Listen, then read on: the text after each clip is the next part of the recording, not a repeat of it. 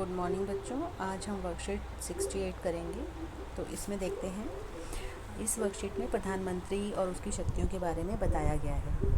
तो हमारे देश में प्रधानमंत्री सबसे महत्वपूर्ण राजनीतिक संस्था है, मतलब सबसे महत्वपूर्ण हमारे देश में है प्रधानमंत्री। प्रधानमंत्री का चुनाव प्रत्यक्ष नहीं होता। प्रत्यक्ष का मतलब होता है बेटा डायरेक्ट नहीं होता। जैसे आपको पता है हर 5 साल बाद हमारे देश में लोकसभा के चुनाव होते हैं।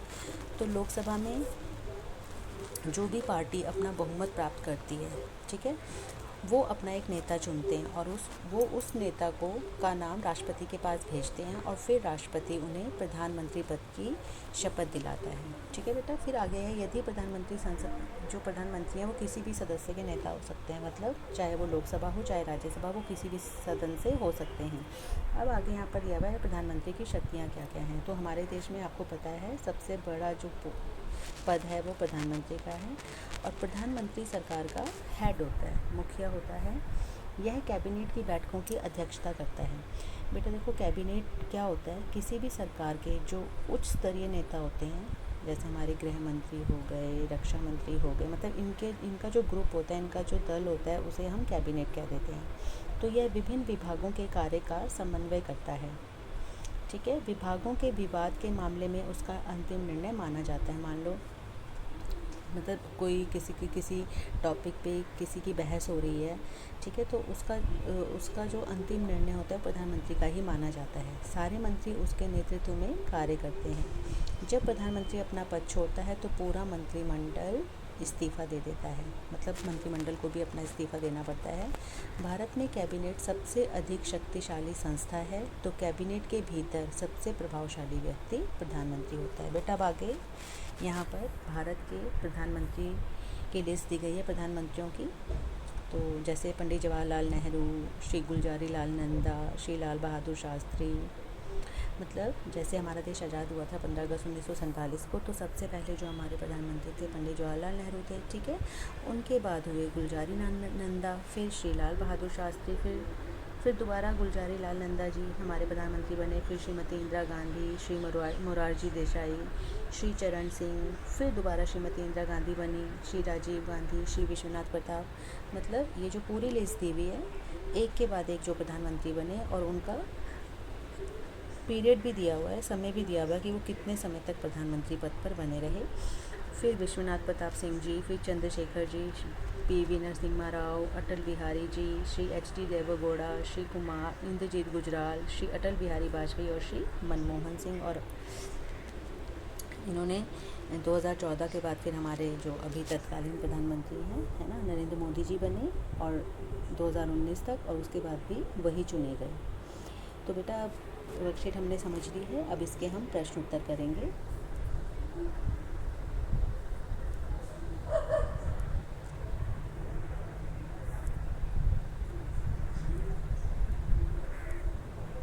देखो बेटा, पहला प्रश्न है बच्चों, मैं स्वतंत्र भारत की एकमात्र महिला प्रधानमंत्री थी, मेरा नाम लिखो। तो उनका नाम है श्रीमती इंदिरा गांधी, है ना। जब हमारा देश आज़ाद हुआ तो एकमात्र, वन एंड ओनली, है ना, उनके बाद कोई महिला प्रधानमंत्री नहीं बनी। फिर दूसरा है, मैं राज्यसभा का सदस्य रहते हुए 10 वर्षों तक भारत का प्रधानमंत्री रहा, मेरा नाम बताइए। ठीक है, तो वो थे श्री मनमोहन सिंह। अभी हमने पढ़ा था ना ऊपर कि जो प्रधानमंत्री होते हैं वो राज्यसभा या लोकसभा किसी के भी सदस्य हो सकते हैं। तो श्री मनमोहन सिंह जी राज्यसभा के सदस्य थे और 10 साल तक वो भारत के प्रधानमंत्री रहे। अगला प्रश्न है, आप वर्तमान भारत के प्रधानमंत्री होते तो कोरोना को रोकने के लिए क्या कदम उठाते। तो बेटा आप अपने मन से भी लिख सकते हैं जो आप सोच सकते हैं, बाकी कुछ पॉइंट्स यहाँ लिख दिए गए हैं कि मैं निम्न कार्य करती, मास्क लगाना अनिवार्य करती, ज़रूरी करती, लोगों को घर पर रहने के लिए कहती कि जब ज़रूरी है तभी घर से बाहर निकलें, शारीरिक स्वच्छता व आसपास की स्वच्छता रखोगे, ठीक है ना, बार बार हाथ धोने हैं साबुन से, और सामाजिक दूरी बनाए रखने के लिए कहती। अब अगला प्रश्न है बेटा, अपने प्रिय प्रधानमंत्री के संदर्भ में एक लेख लिखिए। मतलब आपके प्रिय प्रधानमंत्री कोई भी हो सकते हैं ना, उनके बारे में कुछ लाइनें लिखनी है। तो यहाँ पर जैसे लिखा हुआ है, मेरे प्रिय प्रधानमंत्री श्री नरेंद्र मोदी जी हैं। उनका पूरा नाम नरेंद्र दामोदर दास मोदी है। उनका जन्म 17 सितंबर 1950 को हुआ।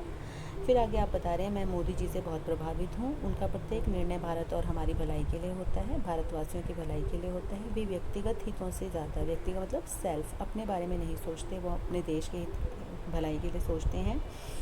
उनकी गाइडेंस में, उनके नेतृत्व में हमारा देश विश्व में आगे बढ़ रहा है ना। अगर आप लोग समाचार सुनते हैं, अपने बड़ों से बातचीत करते हैं, तो आपको पता चलेगा कि प्रधानमंत्री मोदी हमारे देश के लिए, हम लोगों के लिए कितना कुछ कर रहे हैं। कोरोना महामारी को रोकने में उनके नेतृत्व ने विश्व के अन्य देशों के लिए एक मिसाल प्रस्तुत की है। तो बेटा आप लोग और भी कुछ लिख सकते हैं जो आप उनके बारे में फ़ील करते हैं, या ज़रूरी नहीं है कि आपको नरेंद्र मोदी जी के बारे में ही लिखना है। अगर आपके कोई और पसंदीदा नेता हैं तो आप उनके बारे में भी लिख सकते हैं।